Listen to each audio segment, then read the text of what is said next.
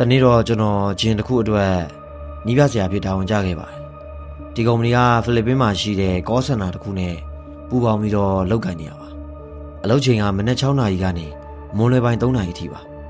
မနက်စောထပြီးတော့မနက်စာစားတယ်နေ့လယ်စာတော့ပြင်ဆင်တယ်နောက်ပြီးတော့ရေမိုးချိုးပြီးတော့အလုပ်ဝတ်စုံဝတ်ပါတယ်ပြီးရင်တော့ကားစီးဖို့အတွက်နီးစရာမှတ်တိုင်ကိုသွားခဲ့ရပါတယ်အလုပ်နေရာက SMCD လို့ခေါ်တဲ့အဆောက်အဦမှာပါ15လောက်မှရှိပါတယ်အဲ့ဒီအဆောက်အဦရှိကိုမနက်9နာရီတိမှာကျွန်တော်ရောက်တယ်အဲ့ဒီမော်ဒဲကိုဝင်ပြီးတော့အဆောက်အဦရဲ့လော်ဘီကနေတက်လီယာစီးပြီးတော့15လောက်တက်သွားခဲ့ပါတယ်နောက်ပြီးတော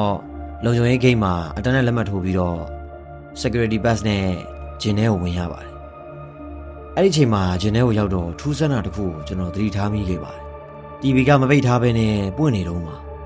ညလုံးမအောင် TV ဖွင့်ထားတာကမဖြစ်သင့်ဘူးဆိုပြီးတော့ security ကိုမေးခဲ့ပါတယ်မနေ့တုန်းကတာဝန်ကျခဲ့တဲ့နီးပြဆရာကို group chat ကနေမေးလိုက်တော့သူကတတိယပိတ်ခဲ့တယ်လို့ချက်ချင်းပြန်ပြေးပါတယ်ခဏလောက်ကြာတော့ security ကပြန်ရောက်လာခဲ့တယ်သူ့ရဲ့မျက်နှာကလည်းကြောင်ကြောင်ဖြစ်နေဒီလိုနဲ့ CCTV ကိုကြည့်လိုက်တော့ TV ကသူ့ဘာသာသူပွင့်သွားတာပါအဲ့ဒီ TV ကိုဖွင့်ဖို့နောက်ကနေလူတစ်ယောက်ကဆွတ်ဆိုတဲ့ခလုတ်ကိုလက်နဲ့နှိပ်မှပွင့်မှာဆိုတော့တော်တော်လေးထူးဆန်းနေပါတယ်ဒါပေမဲ့လည်းစိတ်ထဲမထားဘဲနဲ့မနက်ပိုင်း routine ကိုဆက်လုပ်ဖို့ကြိုးစားခဲ့ပါတယ်ကလိုင်းရဲ့နေမလာခင်မှာပဲကျွန်တော်ကိုယ်တိုင် workout လုပ်မယ်လို့စဉ်းစားလိုက်တယ်ဒီနေ့ကအောက်ပိုင်းနေ့ဖြစ်တာမို့လို့ squat ရယ် deadlift ရယ် Belgian split squat နဲ့ calf raises တွေကိုလုပ်ခဲ့ပါတယ်အားကစားလုပ်ပြီးတော့အကြောလျှော့ပြီးတော့ရေချိုးကန်းနဲ့ဝင်လာခဲ့တယ်ဘာလို့လဲဆိုတော့ကျွန်တော်တို့ကိုယ်လုံးကချွေးတွေထွက်နေပြီးတော့အနံ့သက်တွေမကောင်းလို့ပါဒီလိုနဲ့ကျွန်တော်ရေချိုးနေတော့အတန်သေးသေးလေးတစ်ခုကြားလိုက်ရတယ်ကျွန်တော်ကြောင်သွားတယ်ဂျင်းထဲမှာကျွန်တော်တယောက်တည်းဆိုတာသိကြတယ်ပိုက်ကလာတဲ့အတန်တစ်ခုခုဖြစ်မယ်လို့ကျွန်တော်ပြောနေပေမဲ့မကြခင်မှာပဲနောက်ထပ်အတန်တစ်ခုကိုထပ်ကြားရပြန်တယ်ကျွန်တော်နှလုံးခုန်တယ်လည်းမြန်လာတယ်အဲ့ဒီတော့နည်းနည်းပြီးတော့ကြောက်စရာကောင်းတဲ့အတန်တစ်ခုကကျွန်တော်ကိုခေါ်လိုက်တာကိုကြားခဲ့ရတယ်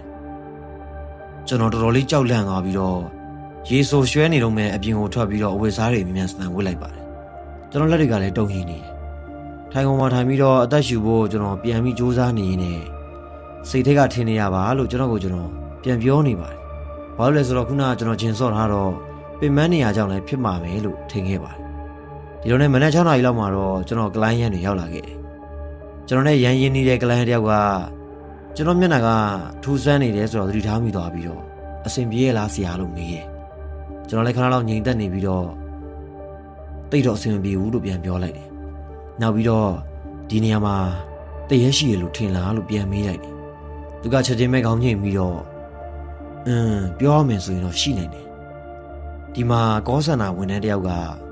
နှလုံးဖောက်ပြီးတော့တေးခဲ့ဘူးတဲ့လူတွေကသူမရဲ့ဝိညာဉ်ကအစာဦးထဲမှာလှက်ပတ်သွားလာနေတယ်လို့ပြောကြတယ်အဲ့တော့တကားတွေကသူ့ဘာသာသူပွင့်တယ်ပစ္စည်းတွေကလှုပ်လာတာတွေအတန်တွေကြားတာမျိုးတွေကိုလူတွေကြုံမှုတယ်လို့လည်းပြောကြတယ်နောက်ပြီးတော့ကျွန်တော်ကိုယ်တိုင်ကြုံတွေ့ခဲ့ရတယ်လို့လည်းသူကပြောတယ်တခါတော့ကကျွန်တော်အိတ်ထားမနေလုံနေတော့တယောက်ကကျွန်တော်ရဲ့ခြေထောက်ကိုလှမ်းကန်လိုက်သလိုမျိုးကျွန်တော်ကြုံခဲ့ဘူးတဲ့ဒါပေမဲ့ကျွန်တော်ကြည့်လိုက်တော့ဘာမှမရှိဘူးတဲ့အဲ့တော့ကျွန်တော်ကိုတေချာကြည့်ပြီးတော့တတိထားပါနီးပြားလို့ပြောတယ်ကျွန်တော်လည်းတိတ်တိတ်ဆိတ်ဆိတ်လေးထိုင်နေပြီးတော့ကျွန်တော်ရဲ့တကိုယ်လုံးကချမ်းစိမ့်စိမ့်ဖြစ်နေအဲ့ဒီအဖြစ်အပျက်တွေကကျွန်တော်ခေါင်းထဲမှာထက်ကပြင်းပြင်းပေါ်လာနေပါတယ်အဲ့ဒီဝိညာဉ်ကတကယ်ရှိရဆိုရင်ကျွန်တော်စီကိုပြန်လာနိုင်မလားကျွန်တော်အသက်24နှစ်လောက်တုန်းကကျွန်တော်အပါမန်တစ်ခုပါငှားနေခဲ့ပါတယ်အဲ့ဒီအပါမန်ကဈေးချိုလုံးလို့ကျွန်တော်ရမ်းကြိုက်တယ်အထူးသဖြင့်ကျွန်တော်တယောက်တည်းပထမဦးဆုံးနေဘူးတာဖြစ်တာမို့လို့စိတ်ထဲမှာတော့လှုပ်လှုပ်ရှားရှားဖြစ်နေပါတယ်ကျွန်တော်ရဲ့အခန်းကအဆောက်အဦရဲ့6လောက်မှာရှိပြီးတော့ဒီတိုက်တစ်လုံးမှာ10ခန်းကျော်လောက်နေတယ်လို့သိရပေမဲ့ထူးဆန်းတာကတော့အများအားတိတ်ဆိတ်နေရပါအခန်းပေါ်တွေကိုတော့ကျွန်တော်မကြာခဏမတွေ့ရပါဘူးတွေ့ရရင်လည်းသူတို့ရဲ့မျက်နှာကကျွန်တော်ကိုလုံးဝမကြည့်ပဲနဲ့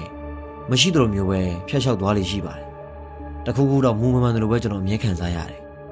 တနေ့တော့စူပါမားကတ်သွားဖို့ကော်ရီဒါမှာလမ်းလျှောက်နေတော့အခန်းတစ်ခုကတကားပွင့်နေတာကိုသတိထားမိသွားတယ်အဲ့ဒါနဲ့ကျွန်တော်လည်းစိတ်ဝင်စားနဲ့အထဲကိုခိုးကြည့်လိုက်မိတယ်အဲ့ဒီခန်းထဲမှာလူတွေအများကြီးကစပွဲချေကြီးရှေ့မှာပက်လေထိုင်နေကြပြီးတော့စားနေတောက်နေကြတာပါဒါပေမဲ့အခန်းထဲမှာကမီးတလုံးမှမထွန်းတော့ဘူးပြတင်းပေါက်အားလုံးကိုလည်းလိုက်ကတူတူနဲ့ဖုံးထားပါတယ်အရာအားလုံးကမှောင်မိုက်ပြီးတော့မဲသေးနေ ကြားရတာဆိုလို့အိုးခွက်ပကံတွေကိုထိတဲ့အတန်သေးသေးလေးတွေပဲကြားရတယ်။ဘာတွေဖြစ်ပျက်နေရလဲဆိုတော့ကျွန်တော်လုံးဝနားမလည်ဘူး။အဲ့ဒီအချိန်မှာပဲတကားကကျွန်တော်မျက်နှာရှိကနေခက်ချမ်းချမ်းပိတ်သွားပါတယ်။ကျွန်တော်လည်းပထမတော့လန့်သွားတယ်။ဒါပေမဲ့လေတိုက်လို့ဖြစ်ပါမယ်လို့ကျွန်တော်ပြောပြီးတော့ဆက်သွားနေခဲ့တယ်။ဒီလိုနဲ့ဈေးဝယ်လာပြီးတော့ကျွန်တော်အခန်းကိုပြန်လာခဲ့။တက်လီကာကအပေါ်တက်လာပြီးတော့တကားဖွင့်သွားတဲ့အချိန်မှာတက်လီကာရဲ့ရှေ့မှာလူအုပ်ကြီးတစုကမတ်တက်ရက်ပြီးတော့ကြောင်တောင်နဲ့စိုက်ကြည့်နေတယ်။သူတို့ရဲ့မျက်နှာတွေကလည်းဖြူဖက်ဖြူတော်တွေဖြစ်နေပြီးတော့ခံစားချက်မဲ့တဲ့ရုပ်တွေဖြစ်နေတယ်။မျက်လုံးတွေကဒေါသထွက်နေသလိုမျိုးပါပဲ။တယောက်မှလည်းမလုံမရှာဘူး။ဘသူကမှလည်းစကားတစ်လုံးမှမပြော။သူတို့ရဲ့အဲ့ဒီလိုပုံစံတွေကကျွန်တော်ကိုအသက်ရှူလို့မဝအောင်ခံစားရစေတယ်။အဲ့ဒီချိန်မှာပဲလူတယောက်ကကျွန်တော်အနားကိုတိုးလာပြီးတော့တိုးတိုးလေးပြောတယ်။ကျွန်တော်တို့လည်းဖိတ်ပါ။အဲ့ဒီအတန်ကလူတယောက်ရဲ့အတန်လို့တော့မထင်ရပါဘူး။ကျွန်တော်လည်းမပြုံးချင်နဲ့ပြုံးပြလိုက်ပြီးတော့သူတို့ဂျားကနေအတင်းတိုးထွက်လာခဲ့သူတို့ဂျားကနေဖြတ်လာတဲ့အချိန်မှာပုတ်တူအနံ့ကြီးတစ်ခုကိုကျွန်တော်ရလိုက်တယ်အန်ဂျင်စရာအရန်ကောင်းတယ်ကျွန်တော်လှည့်ကြည့်လိုက်တော့တက်လီကာတကာပိတ်သွားပါသူတို့ကိုလည်းမတွေ့ရတော့ဒီလိုနဲ့ရက်နေငယ်ကြာတော့ကျွန်တော်အလုပ်ကနေပြန်လာခဲ့ကျွန်တော်ရဲ့တိုက်ရှိမှာရေကားတွေအများကြီးရထားကြတယ်ဒီလိုနဲ့ကျွန်တော်အပေါ်တက်လာပြီးတော့အခန်းတကားရှေ့ကိုရောက်တော့ဟိုတလောတုန်းကကျွန်တော်ချောင်းကြီးမိခဲ့တဲ့အခန်းတကားရဲ့ရှေ့မှာရဲတွေအများကြီးရှိနေကျွန်တော်အဲ့ဒါနဲ့ရဲတရက်ကိုမေးလိုက်တယ်ဒီလိုနဲ့ရဲကဖြစ်ချောင်းကုန်စင်ကိုပြောပြတယ်အဲ့ဒီခန်းမှာနေတဲ့လူကအိမ်လာကမပေးတာကြားပါပြီမန်နေဂျာကရောက်လာပြီးတကားခောက်တော့လေမဖွင့်ပေးပါဘူးဒါပေမဲ့အထက်ကနေပူတူအနံ့နေရထွက်နေဒီလိုနဲ့တကားကိုဖြတ်ပြီးတော့ဝင်လာကြတော့အခန်းထဲမှာဖက်နှက်တွေအများကြီးရှိနေလူတယောက်တည်းနေတဲ့ပုံစံမပေါ်ပါဘူးမသိရင်လူတွေအများကြီးစုနေတယ်လို့ပါပဲနောက်ပြီးတော့အဝတ်စားတွေအများကြီးကလည်းအခန်းနေရာတိုင်းမှာပြန့်ကျဲနေတယ်။အဲ့ဒီအခန်းထဲမှာတွေ့ရတာဆိုလို့လူတွေရဲ့အဝတ်စားတွေနဲ့ဖက်နှက်တွေပါ။လူကတော့တယောက်မှမတွေ့ရဘူး။အခန်းရဲ့အလေးမှာလည်းဇပွဲရှည်တစ်ခုရှိတယ်။အဲ့ဒီပေါ်မှာလည်းအစားအသောက်တွေကိုတည်ခင်းထားပြီးတော့အားလုံးကတော့ပုတ်တိုးနေပါပြီ